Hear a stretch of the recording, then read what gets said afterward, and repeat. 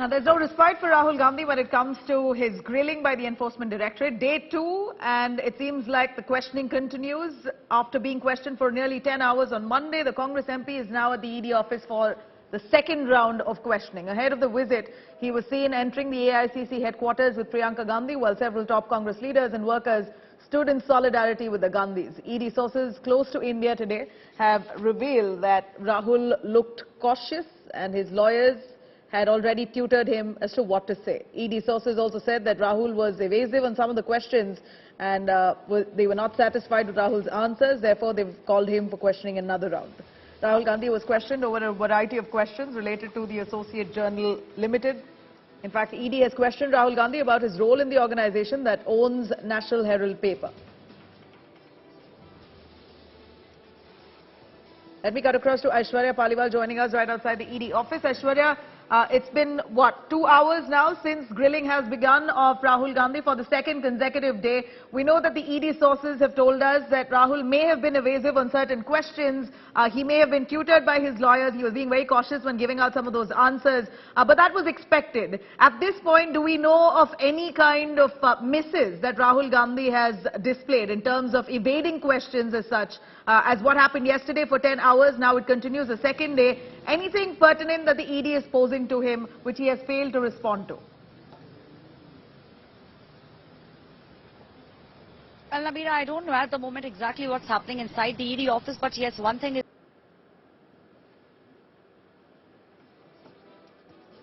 I'm going to try and patch Aishwarya Paliwal again. Shreya, who's currently joining us from the Congress office. Shreya, over to you.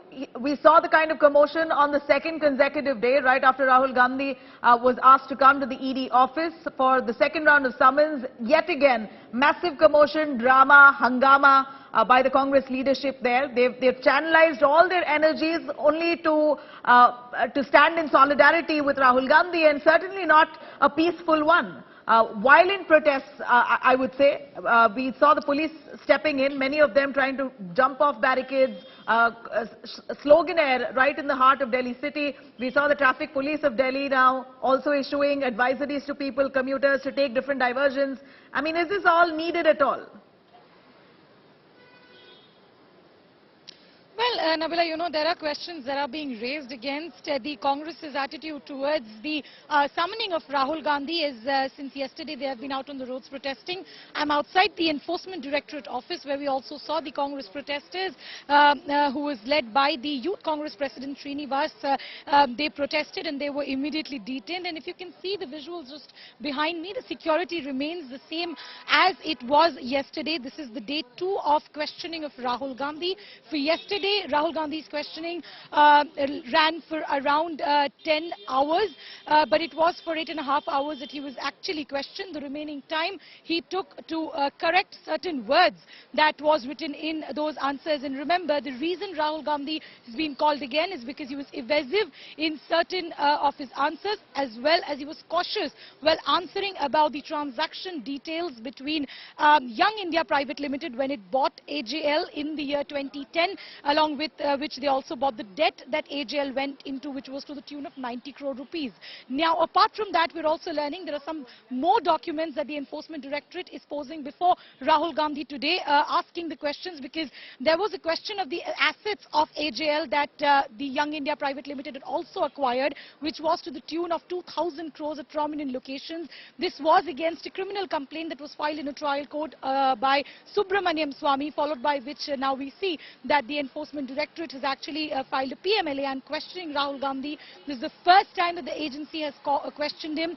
Second day of questioning will be interesting to see whether it runs on as long as it did yesterday. But if Rahul Gandhi continues to be evasive, he will continue to face the heat of Enforcement Directorate. Shreya, when you say evasive, a quick word and some clarity on what are those questions that he may have been evasive on. We know that ED sources have said that he has been quite cautious in answering some of those questions. He seemed like he was trained by a lawyer, his counsel, but that's no surprise. Anyone who appears before the central agency are quite prepared on what they have to say. But little does Rahul Gandhi know the kind of questions that would come his way. It appears that he may not have had some of the answers. Any word on where he may have failed or slipped at this point for the ED to summon him for the second consecutive day after grilling him for over 10 hours last evening?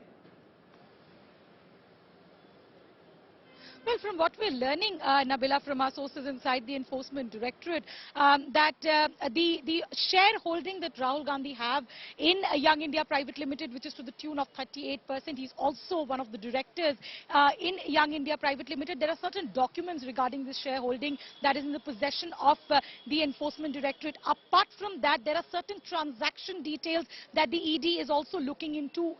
This is the time period of March 2010 to November 2010, the time when AJL was actually acquired by Young India Private Limited. Now, Rahul Gandhi was asked pointed questions about these transaction details, whether he was aware of these transaction details, whether these transaction details were done at the behest of his orders. So he was very cautious while he was answering these questions. The Enforcement Directorate also found that he was sounding tutored.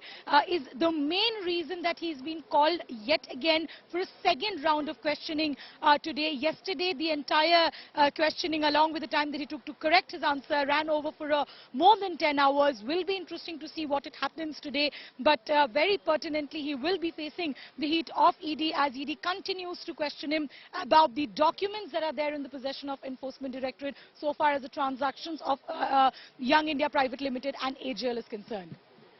Right. At this point, we see that there are several Congress leaders, many of them, including Randeep Surjewala and the likes, B.V. Srinivas, who've been dragged in yet again to the Tughlaq Road police station. Do they not realize they're only adding to the commotion and the woes of people at large? This kind of backing for the Congress leader when he's been summoned on a corruption allegation is futile. Do they realize the intensity of the protests that they are currently carrying out at this point? What's been the response largely? We've heard the reactions, but when you spoke to them one-on-one... Well, unfortunately, Nabila, the Congress workers, despite knowing the fact that there is Section 144 imposed in the New Delhi district, they continue to protest against the summoning of Rahul Gandhi by the ED. Yesterday, we saw that Delhi police detained over 459 Congress workers, and there was a case under 65 DP Act that was also slapped against them. Despite that, they continue to protest. Now, what's the reason that they protest? They say that this is a political witch hunt. If you further question the Congress party, they say that the company that is in concern, Young India Private Limited or AJL, these are Section 25 companies, which mean that the profit earned, if at all, cannot be shared by either the owners or those who are the board of directors. So that is one of the alibi that actually the Congress party is taking, and that's the reason they say that this is nothing but a political witch hunt, as they face the Delhi police as well when they are protesting out on the streets, and at a time when the Delhi police has actually converted the New Delhi district into a fortress in and around the Enforcement Directorate as well as the AICC headquarters.